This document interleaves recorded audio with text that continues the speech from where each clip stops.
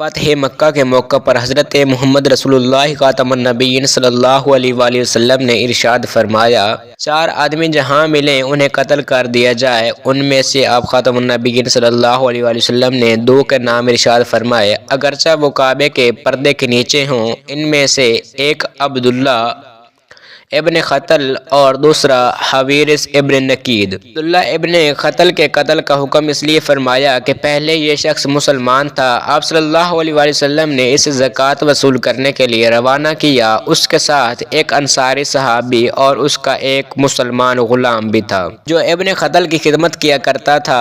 وہ کسی جگہ ٹھہرے تو ابن خطل نے اپنے خادم غلام کو حکم دیا کہ وہ اس کے لیے بکرا ذبح کر کے کھانا تیار کرے اور خود وہ سو گیا۔ جب جاگا تو دیکھا کوئی غلام نے کوئی چیز تیار کر کے نہیں رکھی تھی، تو غصے میں اس نے اپنے غلام کو قتل کر دیا اور مرتد ہو کر مشرکین مکہ سے جا ملا۔ وہاں پہنچ کر ابن خطل نے 2 باندیاں خریدی جو گانا گا کر نعوذ باللہ حضرت محمد صلی اللہ علیہ وآلہ وسلم کی گستاخی کیا کرتی تھی، اور یہ شخص اس سے لطف اندوز ہوتا تھا۔ اس لیے حضرت زبیر ابن العوام رضی اللہ تعالی عنہ نے اسے قتل کیا، جبکہ وہ خانہ کعبہ کے پردے سے لٹکا ہوا تھا، اور اس کی ایک باندی بھی فتح مکہ کے موقع پر قتل کی گئی، جبکہ دوسری باندی فرار ہو گئی جو بعد میں مسلمان ہو گئی تھی۔ اور حویرث بن نقید مکہ مکرمہ میں حضرت محمد رسول اللہ خاتم النبیین صلی اللہ علیہ وآلہ وسلم کو شدید تکلیف پہنچایا کرتا تھا، اس لیے یہ بھی قتل کیا گیا۔ اسے حضرت علی رضی اللہ تعالی عنہ نے قتل کیا تھا۔ یہ